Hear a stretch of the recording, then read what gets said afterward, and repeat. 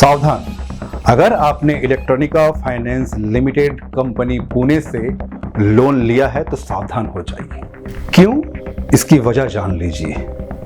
अगर आप किसी भी एनबीएफसी कंपनी से लोन लेते हैं और किस्त देने में आपको दिक्कत आती है या किसी कारण आपने किस्त भरा ही नहीं, तो कंपनी सबसे पहले आपको एक नोटिस जारी करके नोटिस भेजेगी। फिर आर्बिट्रेशन होगा।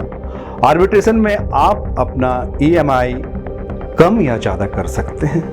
आर्बिट्रेशन से भी अगर आप संतुष्ट नहीं होते हैं तो ये मैटर सीधा कोर्ट में चला जाएगा और कोर्ट किसी भी निर्णय लेने से पहले जिस व्यक्ति ने लोन लिया है उससे एक सवाल करेगी, आखिर क्यों आपने अपना किस्त नहीं भरा। लेकिन अगर आप इलेक्ट्रॉनिका फाइनेंस कंपनी से लोन लेते हैं तो ये सब कुछ नहीं होने वाला। कंपनी सीधा कोर्ट का ऑर्डर लेके आएगी और आपके सारे मशीनों को उठा के लेके चली जाएगी। कंपनी और कोर्ट से कोई नोटिस भी नहीं आएगा और ना ही आर्बिट्रेशन होगा। अगर आपने कोई मॉर्गेज लोन लिया है तो आप अपने ही घर से बेघर कर दिए जाओगे और वो भी आपको पता नहीं चलेगा। लॉकडाउन से पहले हमने हर महीने बराबर किस्त भरे। सन 2020 में भारत सरकार ने एक राहत भरा नोटिस जारी किया जिसके तहत बैंक और एनबीएफसी कंपनियों को ये आदेश दिया कि वो अपने ग्राहकों को 6 महीने का मोरेटोरियम प्रदान करें। इसलिए इलेक्ट्रॉनिका फाइनेंस लिमिटेड कंपनी को हमने 2 बार ईमेल किया और उनसे बाकायदा हमने कहा कि हमारी कंपनी 3 महीने का एक्सपायरी प्रोडक्ट बनाती है और लॉकडाउन की वजह से ये सारे प्रोडक्ट हम बेच नहीं पाए।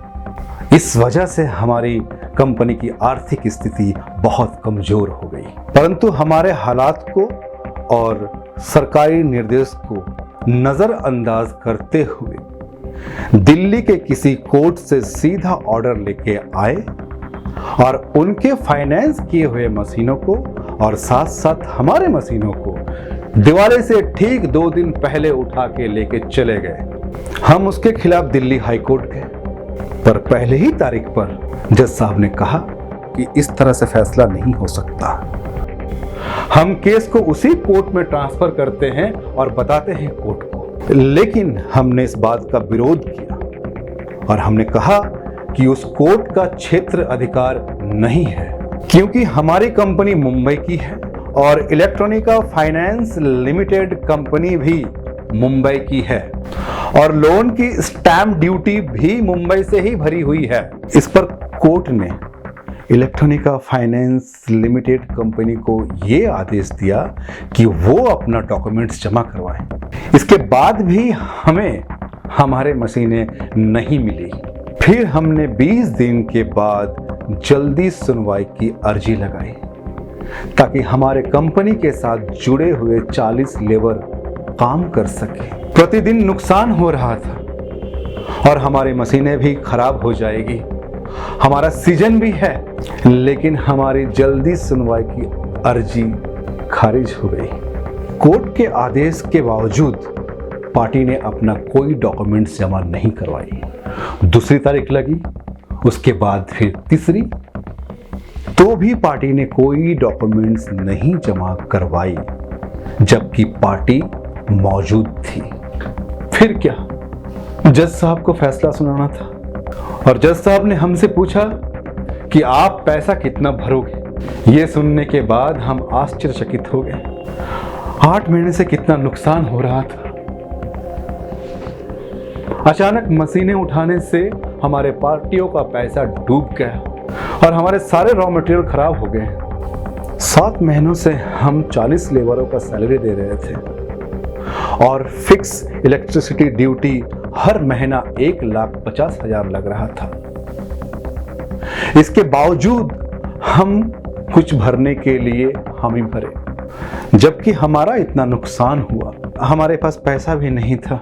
7 महीने से हमारी मशीनें फाइनेंस कंपनी के पास है और उसका भी ईएमआई मांगा और जज साहब ने कहा कि आपस में समझौता कर लो और केस को उस कोर्ट में ट्रांसफर कर दिया और कहा कि उस कोर्ट को फैसला करने दो कि उसका क्षेत्र अधिकार आता है या नहीं, और मशीन को उठाने के तरीके को गलत बताया, फिर भी हमें हमारी मशीनें नहीं मिली।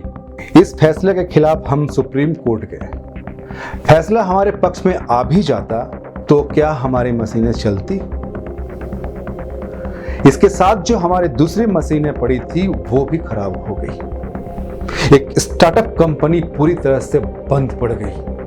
40 लेबर बेरोजगार हो गए। जब एक कंपनी चलती है तो उसके साथ में और भी 4 कंपनी चलती है। बस हम यही कहना चाहते हैं सरकार से कि सरकार इन बातों पर ध्यान दे, किसी और का रोजगार और व्यवसाय बंद ना पड़े। इस समय क्या हालत है रोजगार का? इन सब में किसकी गलती है? ट्विटर, इंस्टाग्राम, यूट्यूब पर आप हमें कमेंट करके बताइए। जय हिंद।